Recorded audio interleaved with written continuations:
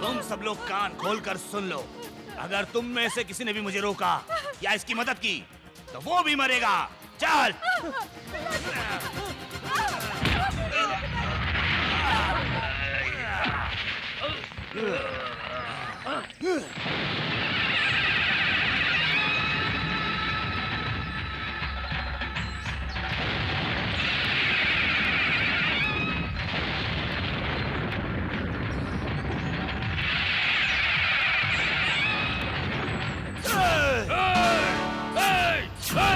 आनंद भूपति, आनंद भूपति सिंह, मैंने जिन बच्चों को आशीर्वाद दिया है उनकी रक्षा करना भी मेरा धर्म है। उनकी जान लेने के लिए ऊपर से भगवान ही क्यों ना जाए, उसे भी रोकने की हिम्मत रखता है ये आनंद भूपति सिंह। या तो फिर आजा। तुमने क्या मुझे अपना शरीर देखकर डरने वाली कोई औरत समझ कर रखा है? शेर के परिवार में पैदा हुआ मर्द, खून की होली तलवार से खेलता आया हूँ। तू मेरा क्या बिगाड़ लेगा रे? बिना कुल के राजा बना बैठा है, तेरी हैसियत ही क्या है? मेरी हैसियत? तू बता, तेरी हैसियत क्या है? किसने रचा इस सृष्टि को? इस संसार में पानी आजाद है, हवा आजाद है, वातावरण आजाद है, कोई गुलाम नहीं है। इस बात को तू क्या जानेगा? पेड़ पौधों की जाति है, कीड़े मकोड़ों की जात है, यहाँ तक कि बिल्ली कुत्तों की जाति है, तो हम मानवों की कोई जाति नहीं है क्या? हैं? शैतान और राक्षस अपनी जाति घोषित करे तो उसका कोई महत्व नहीं। तुम लोगों ने जो भी लिख दिया वो वेद हो गया। तुमने जो पढ़कर सुनाया वो वेदों में वेद हो गया। तुम लोगों ने स्वार्थ के लिए जो लिखा वो वेदों में वेद हो गया। जन्म से लेकर मरण तक मंदिर में माथा टेकते रहोगे तो भी कभी पुजारी नहीं कहलाओगे, हमेशा धोखेबाज ही रहोगे। सच को झूठ और झूठ को सच बनाना ही तुम्हारा पेशा है। जब तू पैदा हुआ था तब तू एक छोटा सा बच्चा था, उस वक्त तुझे पता था कि तू कौन सी जाति का है? मारो इसे।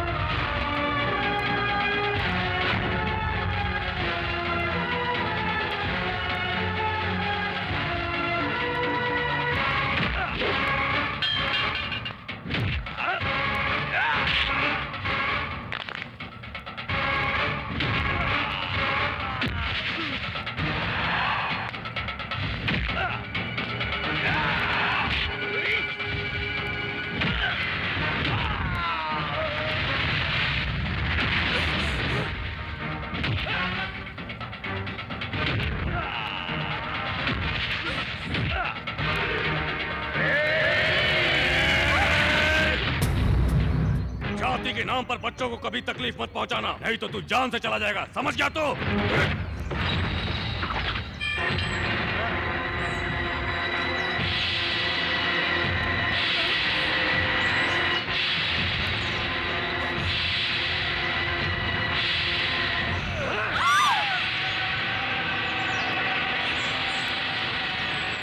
शास्त्री, इज्जत के साथ सबको लेकर यहाँ से लौट जाओ, नहीं तो इसी आग में जला डालूंगा।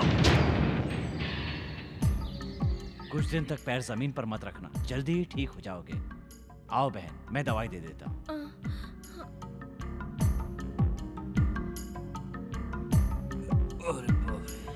जलन हो रही है क्या भाई? जलन वहां नहीं हो रही है, यहाँ है। मेरी मर्जी के खिलाफ उसने मेरी लड़की की शादी कराकर मुझे हर पल जलने के लिए छोड़ दिया। सारा गांव तमाशा देख रहा है, उसे भी जीने का कोई हक नहीं। वो आपके बस में नहीं है भाई। मैं उससे कम हूँ क्या? हाँ, जागीर में, धन दौलत में, मर्दानगी में, बोल बोल किस चीज में कम हूँ? इन सब में आप उसके बराबर हैं भाई, लेकिन उसके पास नीति, न्याय और धर्म की ताकत है। दुर्गा माता का आशीर्वाद भी उसके साथ है, जो आपके साथ नहीं है। आप ही नहीं, उसका कोई कुछ भी नहीं बिगाड़ सकता, चाहे वो कोई भी हो। कहने वाला कुछ भी नहीं करता, करने वाला कभी कहता नहीं, कर गुजरता है। हर कार्तिक पूर्णिमा के दिन माता के मंदिर में वो स्वयं घुंघरू बांधकर नाचकर माता को प्रसन्न करता है। उस दिन अगर कोई उससे कुछ मांगे तो वो देता भी है।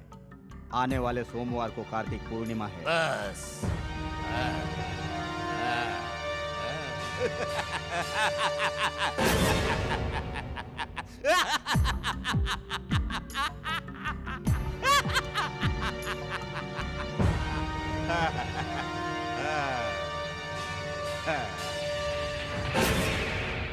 मालिक, बच्ची का नाम रखिए। भवानी, दुर्गा माता के आशीर्वाद से ये सदा सुखी रहेगी। प्रणाम मालिक। आपको क्या चाहिए? मुझे कुछ नहीं चाहिए मालिक, मुझे सिर्फ आपका आशीर्वाद चाहिए। मैं हमेशा जनता की सेवा करता रहूं, यही आशीर्वाद। सदा शुभ हो।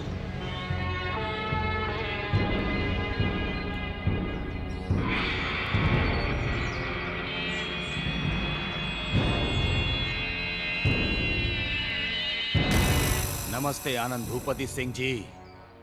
आज के दिन कार्तिक पूर्णिमा है।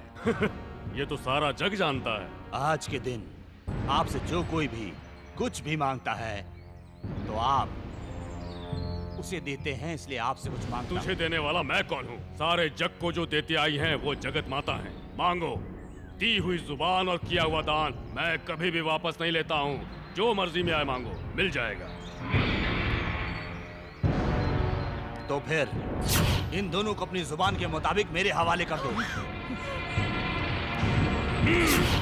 ये तो मैं पहले से ही जानता था कि तुम इन दोनों को ही मुझसे मांगोगे। तुम्हारी बेटी और दामाद को जीवन भर सुखी रहने का आशीर्वाद दे चुका है ये भूपति सिंह। उन दोनों को छोड़कर अगर तुम मेरी जान भी मांगोगे तो मैं खुशी से दे दूंगा तुम्हें। मैं जुबान देता हूँ। जुबान दी है, जुबान हारोगे तो नहीं। मैं जुबान हार गया तो समझना कि मैं अपने कुल का नहीं हूँ। तो फिर मुझे तुम्हारा सिर चाहिए।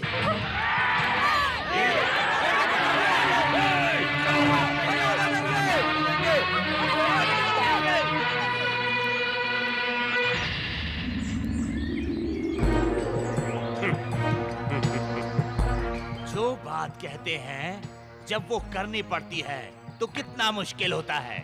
मैंने तुम्हारा सिर क्या मांगा, तुम्हारा सर ही झुक गया। मालिक, इसे मैं ऐसे नहीं छोड़ूंगा। इसके सर को काट के माता के चरणों में मैं इसकी बलि चढ़ा दूंगा। मालिक के साथ बहुत बदतमीजी कर ली, अब एक शब्द भी बोला तो बोटी बोटी कर देंगे।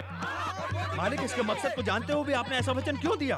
आज के इस जमाने में भी ऐसे महापुरुष पैदा हुए हैं जो प्राण दे देंगे पर वचन नहीं जाने देंगे। लेकिन उन्हें छल से मरवाने वाले लोगों की भी कमी नहीं है इस जमाने में। ऐसे ही लोगों में से एक हुआ है जो अपने पेट को मारकर दूसरों का पेट भरता था, और वो है राजा हरिश्चंद्र। और एक वो था जो दूसरों का पेट काट कर खाता था, उसे पाताल में जगह मिली, पाताल केतु। मालिक, ये अपना स्वार्थ पूरा करने के लिए आपसे इतना बड़ा वचन ले लिया और आप उसका वचन पूरा करने के लिए अपनी जान दे रहे हैं। अब हम लोगों की रक्षा कौन करेगा मालिक? और कोई दिन होता तो अपना वचन वापस ले लेता, लेकिन आज का दिन मेरे व्रत का दिन है और आप जानते ही हैं, शरण में आए शत्रु की रक्षा करना भी हमारे वंश की परंपरा है। जान की बाजी लगाकर दूसरे की जान बचाते हैं और आप चाहते हैं कि मैं वचन से मुकर जाऊं? फिर तो मेरे लिए जीते जी मरने के बराबर होगा मुनीम जी। पिताजी, मैं आपको मरने नहीं दूंगा पिताजी। बेटा शिवराम, अगर कोई भी इंसान हमारे सामने आकर कुछ भी बोलता है तो उसे छोटा समझकर उसका तिरस्कार कभी मत करो। हमारी परंपरा है कि अपनी जान की बाजी लगाकर भी हम अपना वचन निभाते आए हैं। इस बात को कभी मत भूलना तुम। हाँ पिताजी। बेटा, तुम्हारी माँ इस संसार में अब नहीं है। अपनी आंखों में कभी भी आंसू मत लाना। अपने भाई बहनों के लिए तुम सिर्फ बड़े भाई नहीं हो, अब उनके माँ बाप भी हो।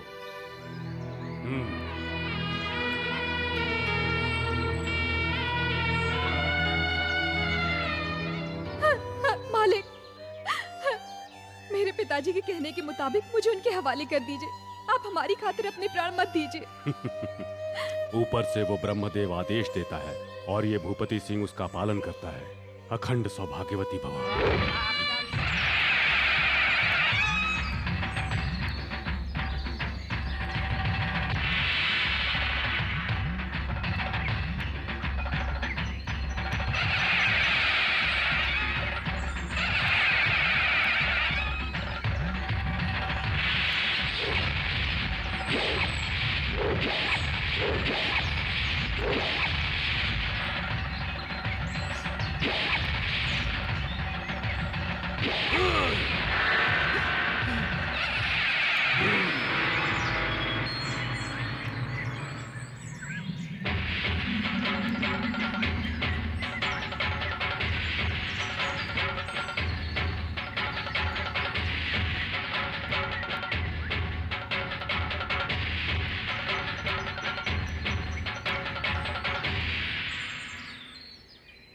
माता रानी की आरती वंदना के बाद मैं तुझे दिया हुआ वचन पूरा करूंगा।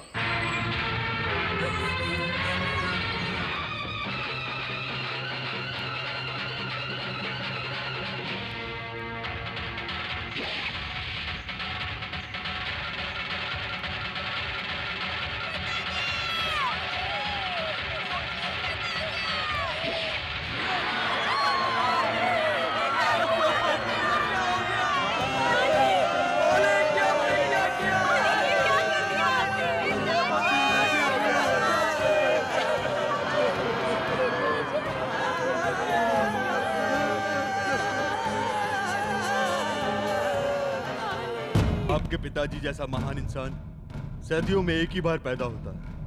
अपने वचन के लिए उन्होंने अपने प्राण त्याग दिए थे। आपके पिताजी जैसा महान इंसान इस जीवन में मेरे दिल में आदरणीय बनकर सदा रहेंगे। आप लोगों के साथ मेरे लड़के ने जो बदतमीजी की उसके लिए मैं क्षमा मांगता हूँ। इस महान इंसान के दर्शन मुझे सदा होते रहें, इसलिए आपसे मेरी एक छोटी सी विनती है। मेरी लड़की को अपने छोटे भाई के लिए अपने घर की बहू स्वीकार कर लीजिए। हम लोग इसे हमारा सम्मान ही समझेंगे।